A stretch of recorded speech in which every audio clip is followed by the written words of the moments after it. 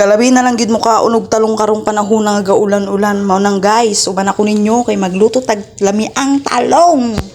Chot. Yo, what's up guys? Emmet is back. So, dito naman po tayo para sa ating panibagong vlog. So, gikan day ko sa Japan third floor. Nagpalit og talong worth 200 million and everything.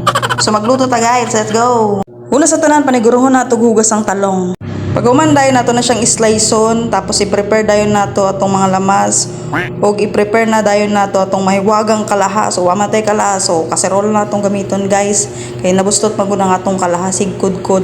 Pagka humandayon, so ato na sindihan ang atong gasolid. Pagka humandayon, ibutang na dayon nato ang mantika.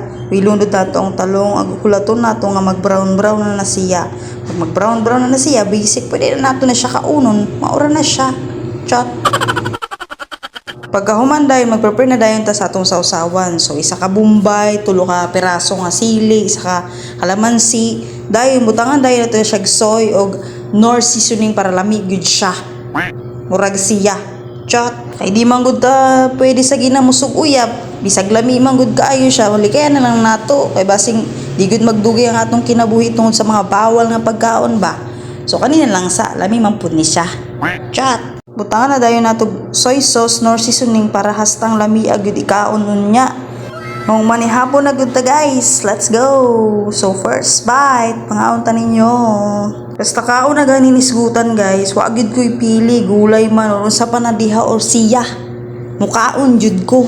Ayaw. Chat. Bisag gani hilaw kaunon nako.